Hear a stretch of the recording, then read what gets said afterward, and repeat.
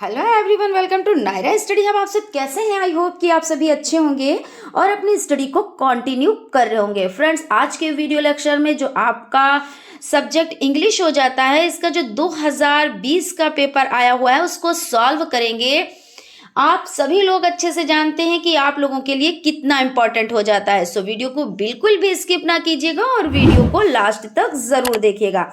तो चलते हैं, आज की सीरीज का फर्स्ट नंबर क्वेश्चन देख लेते हैं। क्वेश्चन आपका हो जाता है स्ट्रक्चरल अप्रोच रिलेटिव्स टू, यहाँ पे रिलेटिव्स है, ठीक है ना, relatives T.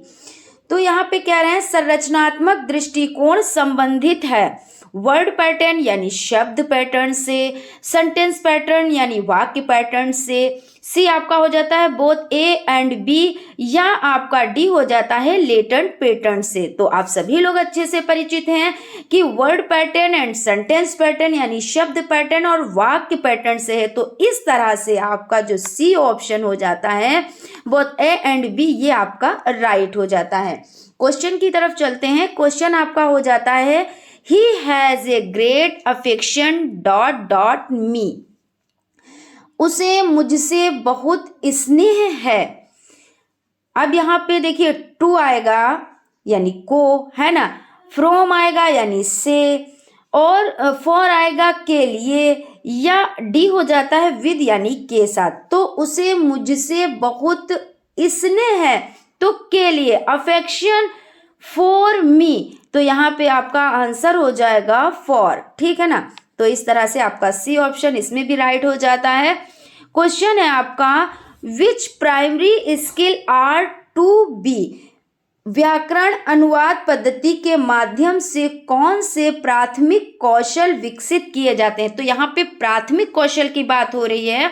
Listening and speaking, reading and writing, listening and writing, या speaking and writing, speaking and reading. तो यहाँ पे देखिए आप समझ सकते हैं कि सबसे पहले जो ग्रामर ट्रांसलेशन मेथड होता है, इसमें क्या होता है भाई, एक एक चीज, हर एक चीज के मतलब बताए जाते हैं। जैसे हम लोगों ने यहाँ स्टडी की, यहाँ हम लोगों ने ग्रामर सीखी, इंग्लिश सीखी, है ना, ऐसे ही तो सीखी।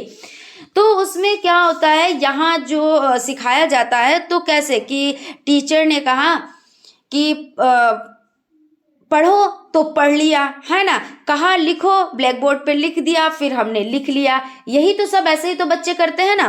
तो यानी कि, और बोलने पे तो यहाँ मतलब नॉर्मली तरीके से जो ग्रामर ट्रांसलेशन मेथड है, इसमें बोलने पे नहीं ध्यान दिया गया है, क्योंकि अगर इंग्लिश को बोलने पे ध्यान दिया जाए तो इंग्लिश फर्राटेदार होगी, है ना।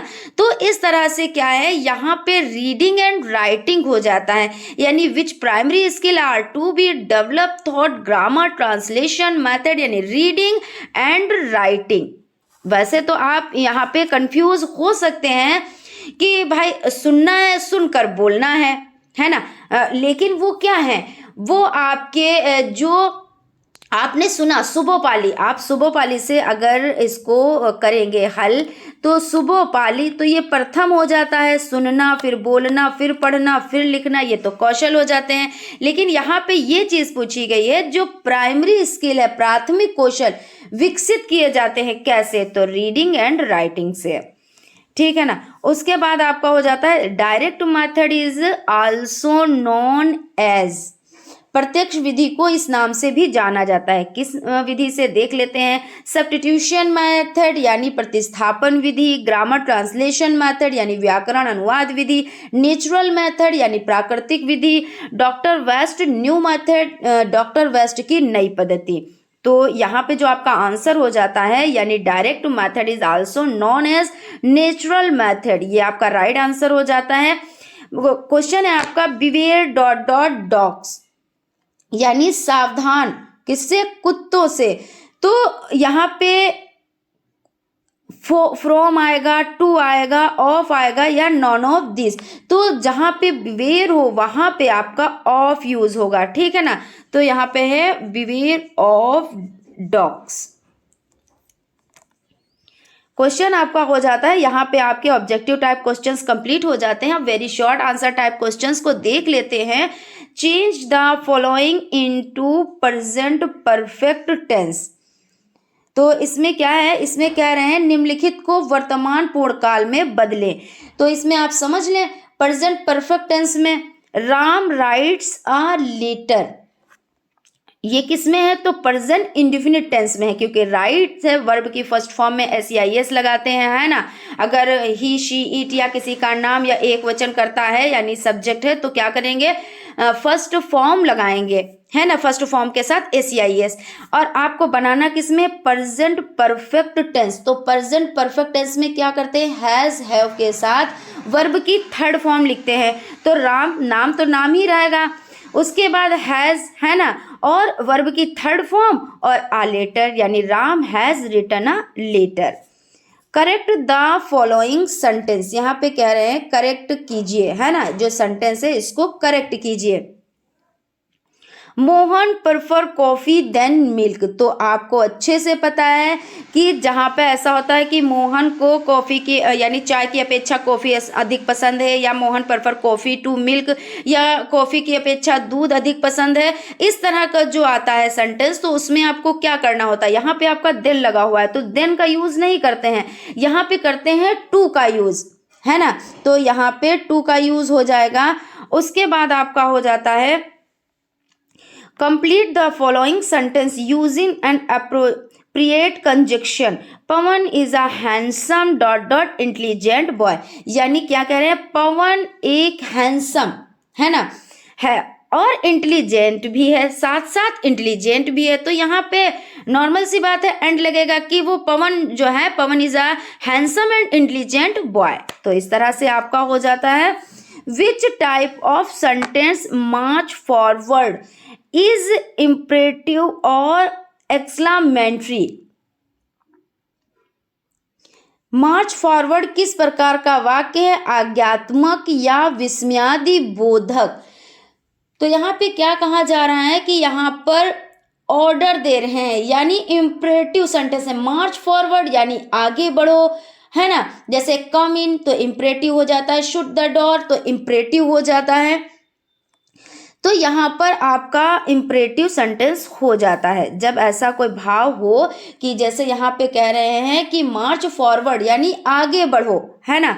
तो यहाँ पे कौन सा हो जाता है? तो इम्परेटिव सेंटेंस हो जाता है। Change the following into complex sentence. Complex sentence तो आप लोग अच्छे से जानते हैं, इसमें किस किस का यूज होता है, तो इसको भी समझ लेते हैं थोड़ा सा कि कॉम्प्लेक्स सेंटेंस में किन किन वर्ड्स का यूज करेंगे। जैसे आपका हो जाता है who, which, whom, where, what, that, why, because, if, which, although, though, ये सब यूज होते हैं। तो यहाँ पे क्या है? He is poor but honest. तो ऑल्दो, यद्यपि वो क्या कह रहे हैं? He is poor but honest, यद्यपि वो गरीब है मगर क्या है? ईमानदार है ना। तो यहाँ पे ये हो जाता है ऑल्दो। उसके बाद आपका क्वेश्चन हो जाता है 11 नंबर का, change the following into compound sentence. तो कंपाउंड सेंटेंस में देख लेते हैं, besides being honest he is gentle. तो यहाँ पे हो जाएगा he is not only honest but also gentle, ठीक है ना। तो यानी कि besides being honest he is gentle का मतलब क्या होता है? होने के, यानी वो ईमानदार होने के साथ साथ सज्जन भी है ना। तो यहाँ पे इस तरह से हो जाता है। आई होप आप लोगों को चीज़ें अच्छे से समझ में आ रही होंगी। अब देख लेते हैं शॉर्ट आंसर। तो शॉर्ट आंसर की तरफ चलते हैं। यहाँ पे ही is meaning of the following items of phrases. तो कह रहे हैं टू किल, यानी to kill two birds with one stone, एक पत्थर से दो शिकार करना। नो पेन नो गेन, यानी कोई कष्ट नहीं कोई लाभ नहीं। भाई जब आप वर्क करेंगे तो आपको कष्ट भी होगा, बहुत ज़्यादा स्ट्रगल करना होगा, तभी आपको सक्सेस मिलेगी। तो वही कह रहे हैं कि कोई कष्ट नहीं तो कोई लाभ नहीं, जब कष्ट नहीं आप उठाएंगे तो लाभ भी तो आपको नहीं मिलेगा ना। तो इसी को करना है। तो यहाँ पे हो जाएगा achieve two aims at once, इसका हो जाता है। उसके बाद है नो पेन नो गेन का, suffering in necessary in order to achieve. Question आपका है write one word for the following group of words, यानी कि निम्नलिखित शब्दों के समूह के लिए एक शब्द लिखिए। A diplomatic representative of one country is another, यानी क्या कह रहे हैं, एक देश का राजनयिक प्रतिनिधि दूसरे देश का होता है। कौन होता है? तो एम्बेसडर होता है। तो इसको एक वर्ड में आप कहेंगे। उसके बाद आपका सेकंड हो जाता है one who believes in fat, यानी जो भाग्य में विश्वास रखता हो, तो फैटेलिस्ट यहाँ पे ये हो जाएगा। ठीक है। उसके बाद आपका क्वेश्चन हो जाता है fill in the blanks by selecting appropriate conjunction from the brackets.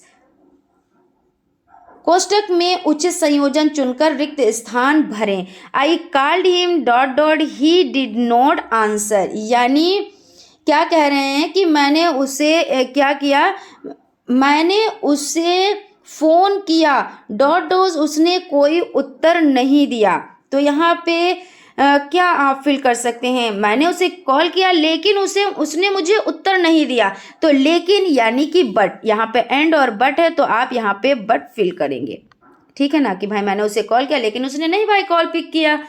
Work hard dot dot U will be punished, कड़ी मेहनत करो डॉट डॉट तुम्हें सजा मिलेगी। अब कड़ी मेहनत करो वरना तुमको सजा मिलेगी, है ना। तो एंड या और तुमको सजा मिलेगी ऐसा तो नहीं कह सकते, वरना तुमको सजा मिलेगी, तो और यहाँ पे हो जाएगा, यानी कि कड़ी मेहनत करो वरना तुमको सजा मिलेगी। अब आपका हो जाता है यहाँ पे, देखिए इसका आंसर भी लिखा हुआ है, आप देख लें। आई called him but he did not answer, work hard और यू विल बी पनिश्ड। उसके बाद आपका हो जाता है, यहाँ पे देख लेते हैं,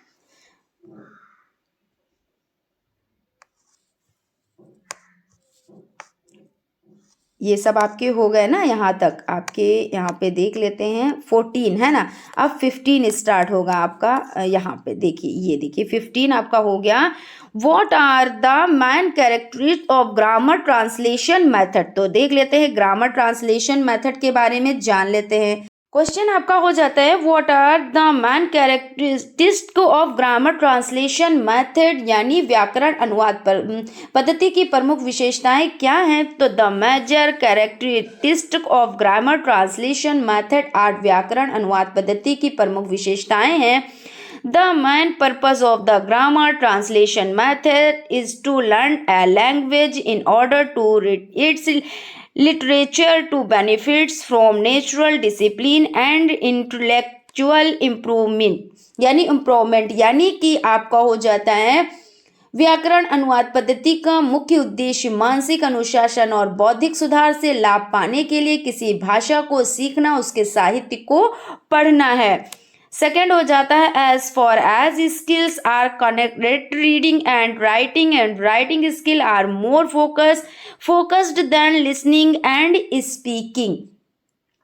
सेकेंड आपको हो जाता है जहां तक पढ़ने और लिखने के कौशल का सवाल है, और लिखने का कौशल सुनने और बोलने की तुलना में अधिक केंद्रित है। Grammar translation method tax vocabulary from reading, tax the teach translation, memorisation and dictionary study, यानी आपका हो जाता है व्याकरण अनुवाद पद्धति उन पाठों को पढ़ने से शब्दावली लेती है जिन्हें शिक्षक अनुवाद संस्मरण और के माध्यम से पढ़ाते और शब्दकोश अध्ययन। It choose the sentence are the basic part of teaching and language practice as well, यह वाक्यों को शिक्षण और भाषा अभ्यास के मूल भाग के रूप में भी चुनता है। उसके बाद आपका हो जाता है इट चूज, यहाँ पे हो गया it focus on the accuracy of grammar and translation, यानी यहाँ पे क्या कह रहे हैं कि इट फोकस ऑन, ये फोकस करते हैं, है ना, किस पे, ग्रामर और ट्रांसलेशन पर। It grammar translation method teachers teach the grammar rules then give examples, इसमें क्या करते हैं व्याकरण और सटीकता से केंद्रित व्याकरण विधि में शिक्षक पढ़ाते हैं, है ना। इसमें क्या करते हैं कि teach the grammar rules then given example देकर, है ना, गिवन द एग्जाम्पल यानी एग्जाम्पल देकर।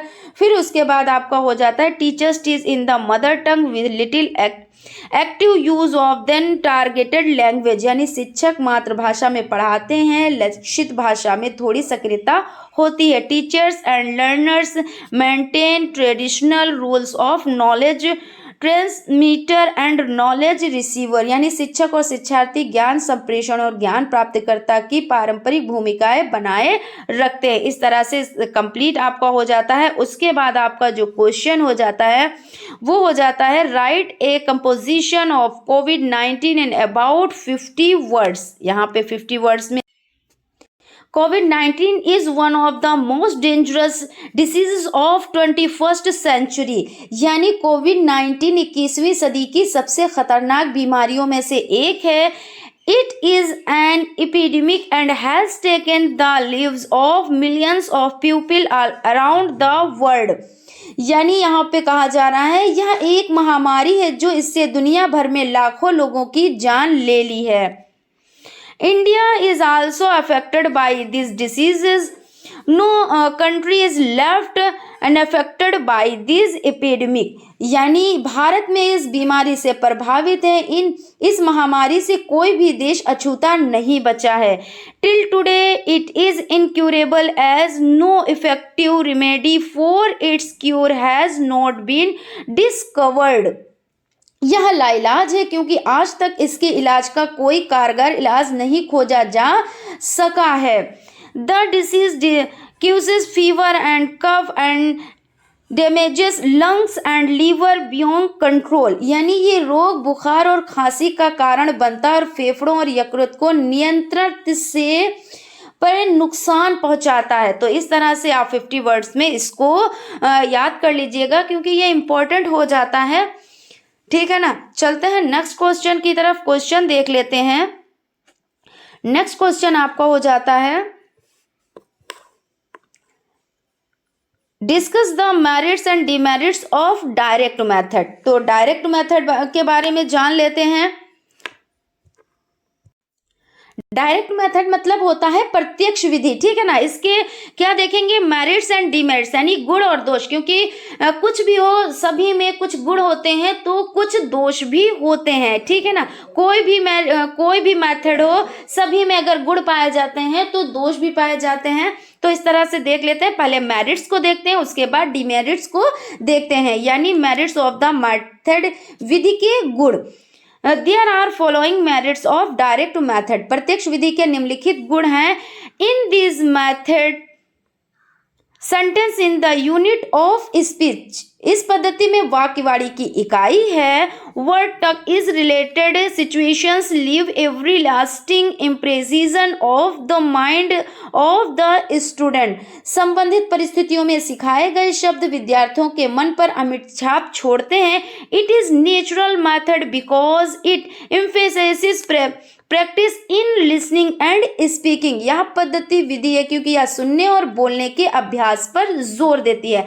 डायरेक्ट विधि में क्या होता है कि इसमें सुनकर और बोलने पर, यानी कि लिसनिंग एंड स्पीकिंग पर जोर दिया जाता है। ठीक है ना। तो इस तरह से ये इसकी मेरिट्स हो जाते हैं, यानी कि इसके क्या हो जाते हैं, गुण हो जाते हैं। अब डिमेरिट्स देख लेते हैं। डिमेरिट्स ऑफ द मेथड, यानी विधि के दोष। There are following demerits of direct method. इसको देख लेते हैं।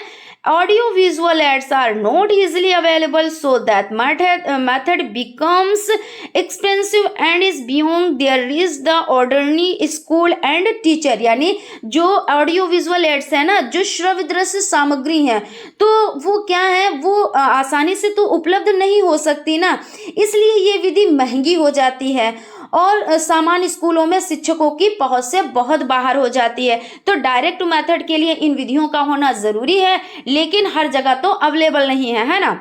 उसके बाद है this method prohibits the use of mother tongue while a comparison with mother tongue is often disabled to eradicate persistent errors. यानी यह विधि मातृभाषा के उपयोग पर रोक लगाती है, जबकि लगातार त्रुटियों को मिटाने के लिए मातृभाषा के साथ तुलना अक्सर वांछनीय होती है। उसके बाद आपका हो जाता है since grammar in this method is taught inductively. Therefore, students do not acquire mastery of grammatical rules. चूंकि इस पद्धति में व्याकरण आगमनात्मक रूप से पढ़ाया जाता है, इसलिए छात्र व्याकरण संबंधी नियमों में महारत हासिल नहीं कर पाते हैं। तो इस तरह से ये इसके डिमेरिट्स हो जाते हैं। आई होप आप लोगों को अच्छे से समझ में आया होगा और आप लोगों को सेशन अच्छा लग रहा होगा। फ्रेंड्स, अगर सेशन अच्छा लग रहा है तो प्लीज़ एक लाइक ज़रूर करें और अगर अभी तक आप लोगों ने चैनल को सब्सक्राइब नहीं किया है तो प्लीज़ सब्सक्राइब कर लें और बेल आइकन को भी ज़रूर प्रेस कर लें, जिससे कोई भी नोटिफिकेशन हो वो आप तक पहुंच सके।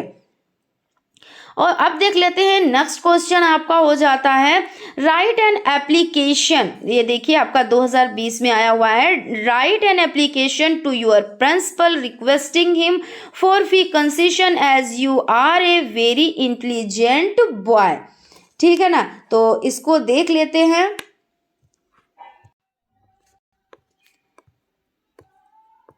यहाँ पे आपका हो जाता है the principal Narendra inter college Varanasi.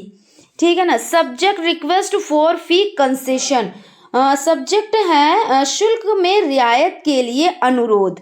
Sir महोदय, विद ड्यू रिस्पेक्ट, पूरे सम्मान के साथ, I beg to say that I am student of the 7th class of your school. पूरे सम्मान के साथ कहना चाहता हूँ कि मैं आपके स्कूल के 7वीं कक्षा का छात्र हूँ। And I am unable the pay my school fee because my father work in A private job.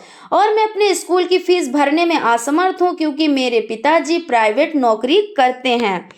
He earn rate 10,000 per month only, वो कमाते हैं 10,000 रुपये प्रति माह। He has large family to support and he is the only beard earner of the family. उनका परिवार बड़ा है और वो परिवार में अकेले कमाते हैं। He cannot pay my school fee as he already paying fee of my sister. यानी मेरी बहन की फीस वो पहले से भुगतान कर रहे हैं, इसलिए मेरी फीस भुगतान करने की क्षमता नहीं है। I am good at studies and stand first in my class every year. मैं पढ़ाई में अच्छा हूँ, हर साल अपनी कक्षा में प्रथम आता हूँ। I have position for education and want to study further. मुझे शिक्षा का शौक है और मैं आगे पढ़ना चाहता हूँ। So I hope that you will consider my request and grant my full fee concession of enable me to continue my studies. I shall be highly obligated to you for this act of kindness. यानी इसलिए मुझे आशा है कि आप मेरे अनुरोध पर विचार करेंगे और मुझे अपनी पढ़ाई जारी रखने में सक्षम बनाने के लिए मेरी पूरी फीस में छूट देंगे। दयालुता के साथ इस कार्य के लिए मैं आपका बहुत ज़्यादा आभारी रहूँगा। योर्स फेथफुली ABC, है ना, XYZ आप कुछ भी लिख सकते हैं, यानी आपका विश्वासी। और आप क्लास डाल देंगे और नाम यहाँ पे और एड्रेस नहीं डालना है। तो इस तरह से आपका हो जाता है कंप्लीट। आई होप आप लोगों को सेशन अच्छा लगा होगा। अगर सेशन अच्छा लगा है तो प्लीज़ एक लाइक ज़रूर करें और अगर अभी तक आप लोगों ने चैनल को सब्सक्राइब नहीं किया है तो सब्सक्राइब कर लें और बेल आइकन को भी ज़रूर प्रेस कर लें, जिससे कोई भी नोटिफिकेशन हो वो आप तक पहुँच सके। तो मिलते हैं नेक्स्ट क्लास में, तब तक आप लोग अपना ख्याल रखें और स्टडी को कंटिन्यू करें। Thank you.